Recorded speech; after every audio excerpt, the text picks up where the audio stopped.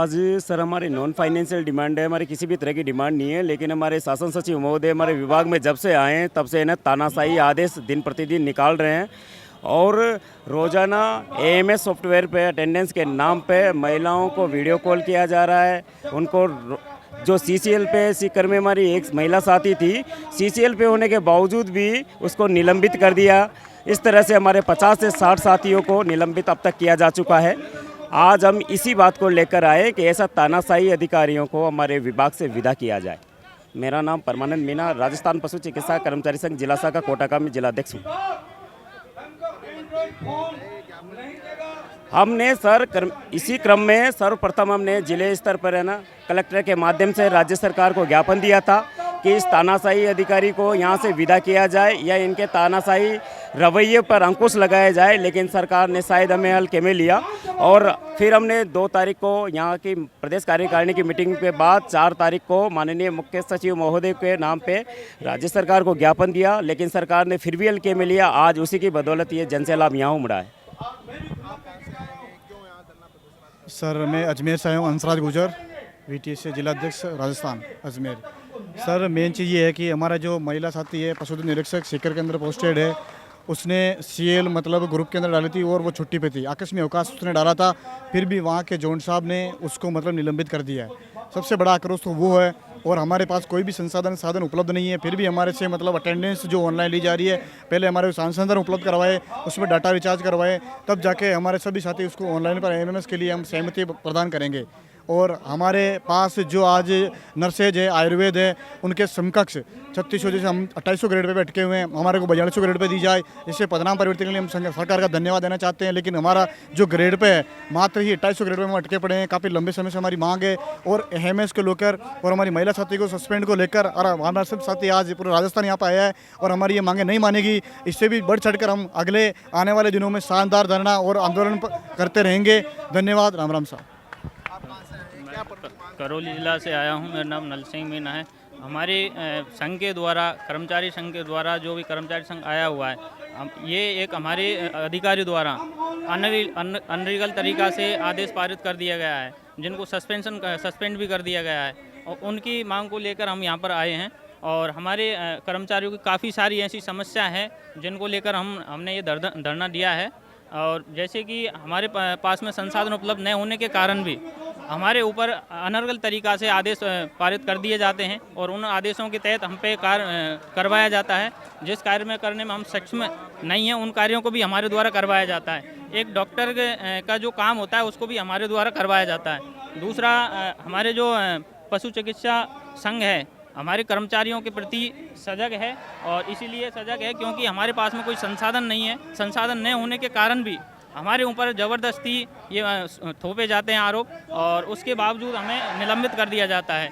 अनर्गल तरीका से निलंबित करने के बाद में इसी को लेकर हमारे कर्मचारियों ने यहाँ पर धरना प्रदर्शन किया है। अगर हमारी मांगें हमारे अधिकारी सरकार नहीं मानते हैं तो हमारे द्वारा आगे रणनीति बनाई जाएगी और एक बहुत बड़े स्तर से हमें धरना प्रदर्शन करना होगा।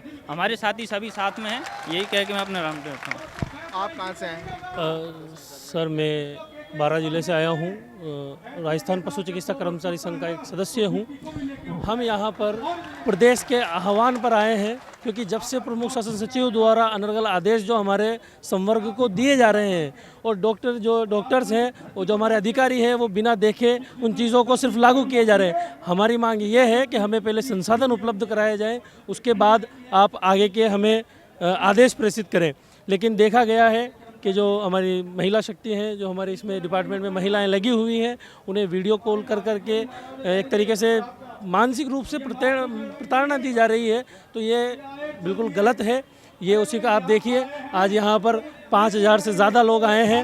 ये प्रदेश के एक आह्वान पे आए हैं कि हम ऐसे शासन सचिव और इन डॉक्टर्स की यूनियन के जो इस तरीके के उनके आदेशों को मान रहे हैं उसके बिल्कुल खिलाफ हैं और खिलाफ रहेंगे हमेशा। मैं कोटा जिले से आया हूँ, राजस्थान पशु चिकित्सा कर्मचारी संघ का पूर्व जिलाध्यक्ष भी रहा हूँ मैं, राजकुमार चौधरी। हमारी मांगे ये है कि जब भी विभाग द्वारा कोई अव्यवहारिक आदेश आते हैं और हम पर थोप दिए जाते हैं एक तरफा, बिल्कुल बिना हमारी समस्याएं जाने, क्या फील्ड में हमारे साथ किस तरह से क्या समस्याएं आती है और हम उनका इम्प्लीमेंट उनको लागू किस तरह से करें, ये हमारी तरफ से कोई नहीं सुनता। आज विभाग में हमारे पास 70 से 80% जगहों पे संस्थाएं नहीं है बैठने के लिए अपनी विभाग के पास, और उनमें संसाधन नहीं है। आवश्यक फर्नीचर, टेबल, कुर्सी ये हमारे पास में नहीं है। दूसरी बात, अपने संसाधनों का, अपने वाहनों का, मोटरसाइकिल और कार का उपयोग हम विभागीय दवाइयों का ट्रांसपोर्टेशन करने के लिए, आवागमन करने के लिए करते हैं। दूसरा, अपने घर के रेफ्रिजरेटर्स को हम विभाग के जो वैक्सीन्स और मेडिसिन आती हैं, आवश्यक दवाइयाँ, उनके कोल्ड चेन मेंटेन करने के लिए करते हैं। और अपने मोबाइल से विभाग के जो है डाटा ऑनलाइन करने का काम करते हैं। और इसके बावजूद हमारी कर्तव्य निष्ठा पर संदेह विभाग के द्वारा और विभाग के अधिकारियों द्वारा किया जा रहा है बार बार। क्या हमें अपनी कर्तव्य निष्ठा का प्रमाण बार बार इसी तरह से देना होगा? और जब जो उदारता हम आज दिन तक विभाग के लिए दिखाते आए हैं, क्या इस उदारता का कोई महत्व नहीं रह गया है? और अगर ऐसा नहीं रह गया है तो अब हमने निर्णय लिया है कि ऐसी कोई भी अव्यवहारिक योजनाओं को हम अपने ऊपर लागू नहीं होने देंगे और इनका हम पुरजोर तरीके से विरोध करेंगे। और इस विरोध में हमें चाहे जिस हद तक आंदोलन करना पड़े और जो भी इसके लिए आवश्यक जो है हमें अगला कदम उठाना पड़े, हम उठाएंगे। सरकार से क्या प्रमुख मांग? आज हमारी सरकार से यही मांग है कि जो भी अव्यवहारिक योजनाएं जो सरकार इन अधिकारियों के तानाशाही जो अधिकारी हैं इनके माध्यम से हमारे ऊपर लागू कर रही है, वो नहीं करें और हमारे आत्मसम्मान और हमारी कर्तव्य निष्ठा पर संदेह नहीं करें, आत्मसम्मान को हमारे ठेस नहीं पहुंचाएं। इसके माध्यम से हमें कई तरीकों से प्रताड़ित किया जा रहा है। हमारे कार्य की प्रकृति भी अन्य विभागों से अलग है। हम डोर टू डोर सेवाएं देते हैं, पशुपालक के घर पर 24 घंटे हम सेवाएं देते हैं। ऐसे में एक जगह बैठकर और हमारा काम कर पाना संभव नहीं है। ये ऐसा नहीं है कि हम शौक से करते हैं, हमें मजबूरीवश पशुपालक के साथ तालमेल बिठाए रखने के लिए प्रैक्टिस का काम करना पड़ता है। फील्ड में जाके वैक्सीनेशन हम घर पे जाके कर रहे हैं, AI कृत्रिम गर्भाधान का काम हम घर पे जाके कर रहे हैं। ये चीज़ें इन सब अव्यवहारिक योजनाओं के चलते किस प्रकार संभव होंगी, ये हम उनसे बैठ करके पूछना चाहते हैं, जो बिना हमारे साथ उन्होंने टेबल टॉक किए, बिना किसी तरह की कोई बात किए और हमारे ऊपर थोप दी और हमारे जो है साथियों के ऊपर इस तरह के जो है कार्यवाही करी है और उन्हें गलत तरीक़ों से जो है निलंबन किया गया है हमारे साथियों का। इस तरीके को, इस नीतियों को, इन तरह की नीतियों को हम बिल्कुल टॉलरेट नहीं करेंगे, बिल्कुल सहन नहीं करेंगे और इनके खिलाफ हमें जो भी आवश्यक कदम उठाना पड़ेगा वो हम उठाएंगे और यहाँ पर जो है आंदोलन करेंगे। इसके बाद भी अगर हमारी मांगे नहीं मानी जाती है तो हम आमरण अनशन जैसा कदम उठाएंगे। मैं जालोर से हूँ। हमें ये है कि जब किसी बात को नहीं मानी गई है तो उन्होंने अलग अलग फंडे अपना रखे हैं। बीच में एक KPI लेके आए हैं जो हम मंथली रिपोर्ट करते हैं, हमारी MPR है जो मंथली जाती है। फिर भी उन्होंने एक नया परफॉर्मा ले आए, KPI लेके आ गए, हम उनको भी भर लिए। सारे काम हम ऑनलाइन कर रहे हैं। एक काम बीच में आगे हमें टैगिंग करवा रहे हैं, पशुओं की टैगिंग कराए, पशुओं की हम टैगिंग कर रहे हैं, लेकिन उसमें कभी पशु दुर्घटनाग्रस्त हो जाता है, कई बार पशुओं की मौत हो जाती है, लेकिन उसमें भी पशुपालकों को कोई उचित मुआवजा नहीं दिया जाता है। पशुपालक हम पे हावी होते हैं, हम उनको किसी प्रकार का मुआवजा नहीं दे पाते हैं। हमारे पास ऐसी कोई योजना नहीं है कि हम जो दुर्घटनाग्रस्त हो जाता है पशु, उसको हम मुआवजा प्रदान कर सके। सरकार के पास कोई उचित योजना नहीं है, योजनागत काम नहीं कर रहे। फिर भी वो लोग हैं जो हमें ऐसे कार्य थोप रहे हैं जो अव्यवहारिक है।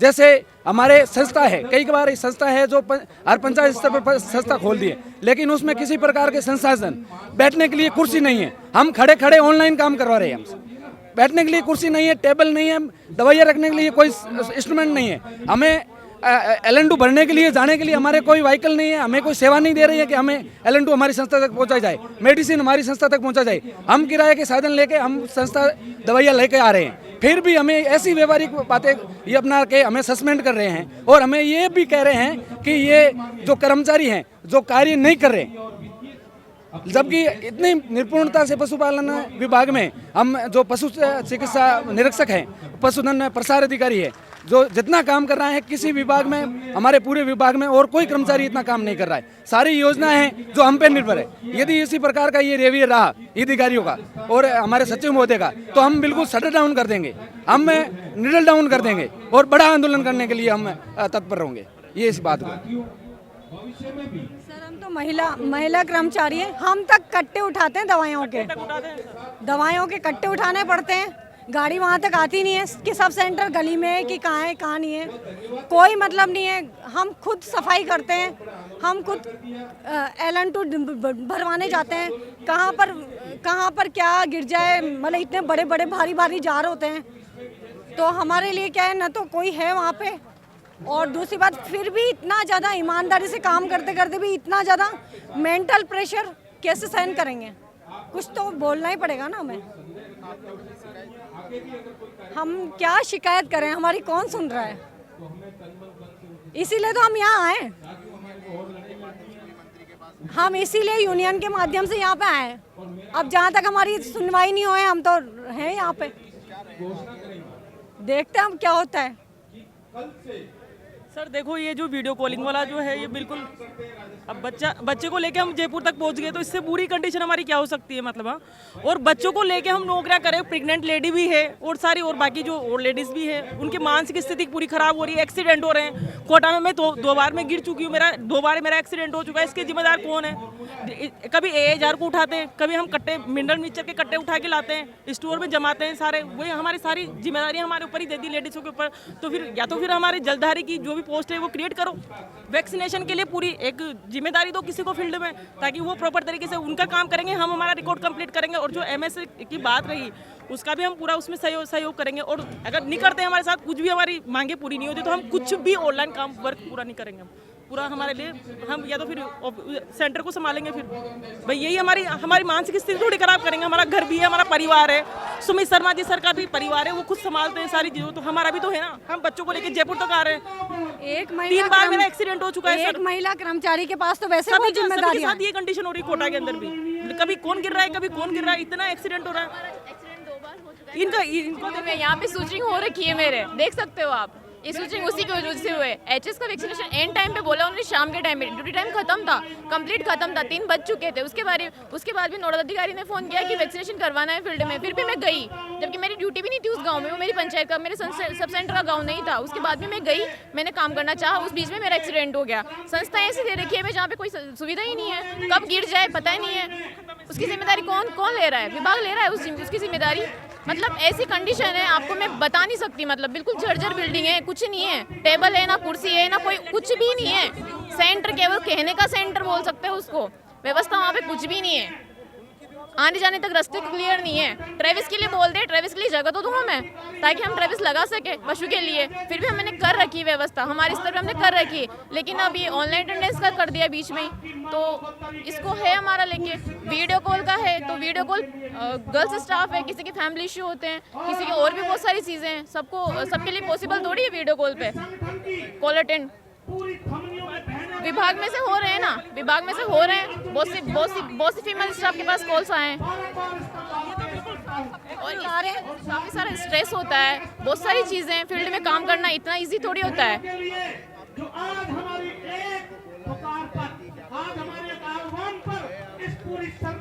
बोल रहे हैं, सबके साथ बोल रहे हैं, आज उसी चीज़ के लिए तो हो रहा है ये। हाँ बिल्कुल बिल्कुल, कोटा यूनियन के थ्रू हमें बोलने की कोशिश की है। हमारी बात हमने हमेशा कोशिश की है रखने की, और आगे भी रखेंगे।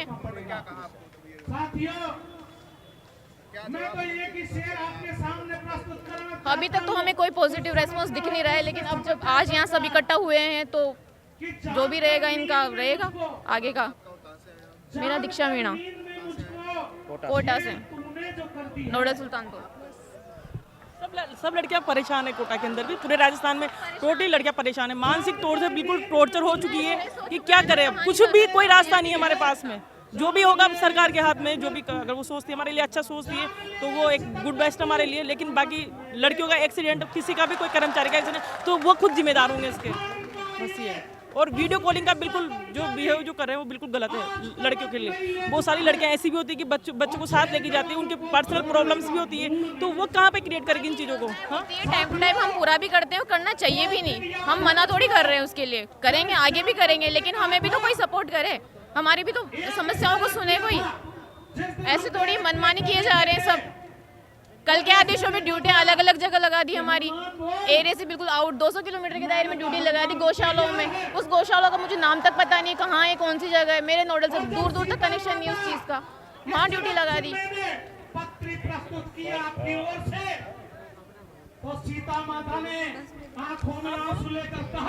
सर एक चीज़ का सर, ये जो मांगे हैं हमारी, ये जो हमारा कैडर है, ये पशुधन निरीक्षक का कैडर है, यह जो कंपाउंडर जिसे कहते हैं उसका कैडर है।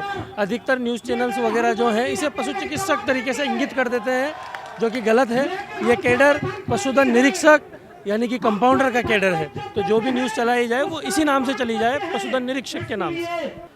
पशुपालन विभाग में पिछले गत दिनों में दमनात्मक कार्रवाई हुई है और विभाग की ऐसी नीतियां हैं जो अव्यवहारिक नीतियां हैं, उन नीतियों के खिलाफ आज पूरे प्रदेश से राजस्थान पशु चिकित्सा कर्मचारी संघ के बैनर तले सभी कर्मचारी यहाँ उपस्थित हुए हैं। पिछले कई दिनों में मात्र 5 से 10 मिनट लेट होने पे जो है कार्मिकों को सस्पेंड किया गया, बिना उनकी सुनवाई के, बिना कोई स्पष्टीकरण, बिना कोई मौका दिए हुए, बिना सुनवाई के उनको सस्पेंड किया गया। इसी के विरोध में आज तमाम जो कर्मचारी राजस्थान के वो शहीद स्मारक पे जो है विधानसभा के घेराव के रूप में यहाँ उपस्थित हुए हैं। और हमारी ये मांग है कि जिनको गलत तरीके से सस्पेंड किया गया है उन सभी कार्मिकों को जल्दी बहाल किया जाए, और जो जिम्मेदार अधिकारी हैं जिन्होंने गलत अनुशंसा करके जो है वो कर्मचारियों को निलंबित कराया, उनके खिलाफ कार्रवाई होनी चाहिए। विभाग में कुछ ऐसे अधिकारी हैं जो सरकार की साख को लगातार खराब कर रहे हैं। मैं माननीय मुख्यमंत्री जी से मांग करता हूं कि ऐसे विभाग में ऐसे जो अधिकारी हैं उनको पशुपालन विभाग से बाहर का रास्ता दिखाएं और इन कार्मिकों को विश्वास और एक विश्वास का माहौल पैदा करें, ताकि खुल के जो है वो कर्मचारी अपने स्वतंत्र रूप से काम कर सके। जो मामला आप बता रहे हैं, क्या कभी आप मंत्री से मिले, मंत्री को ज्ञापन दिया या मंत्री से कभी एप्लीकेशन ऐसे दी? इस संबंध में हमने सबसे बात की है और पिछली 4 तारीख को मुख्य सचिव महोदय को हमने ज्ञापन दिया माननीय मुख्यमंत्री जी के नाम पे कि 9 तारीख को जो है 9 तारीख तक कर्मचारियों को बहाल करें जिनको सस्पेंड किया गया, लेकिन कोई कार्रवाई नहीं हुई। और जिन कार्रवाई नहीं हुई उसी से पूरे कर्मचारियों में आक्रोश है, और ये आक्रोश आज यहाँ दिख रहा है जयपुर की सड़कों पे। हम तो फिर माननीय मुख्यमंत्री जी से मांग करते हैं कि इस मामले में हस्तक्षेप करें और जल्द से इसका निराकरण हो, नहीं तो कर्मचारियों में आक्रोश और बढ़ेगा और आंदोलन बहुत तेज होगा। आगे अब क्या रणनीति रहने वाली? रणनीति यही है कि हमने माननीय मुख्यमंत्री जी को आज ज्ञापन देने के लिए बात हुई है, विभाग के मंत्री जी से भी बात हुई है। माननीय मंत्री जी बहुत सकारात्मक उन्होंने बात की है और उन्होंने कहा है कि बहुत जल्दी 15 दिन के बाद जो है हमें समय दीजिए, 15 दिन के बाद वापस करके वो जो सारे मामले हैं उनका निराकरण करेंगे। अगर फिर भी नहीं होता है तो राजस्थान पशु चिकित्सा कर्मचारी संघ इस आंदोलन को और तेज करेगा।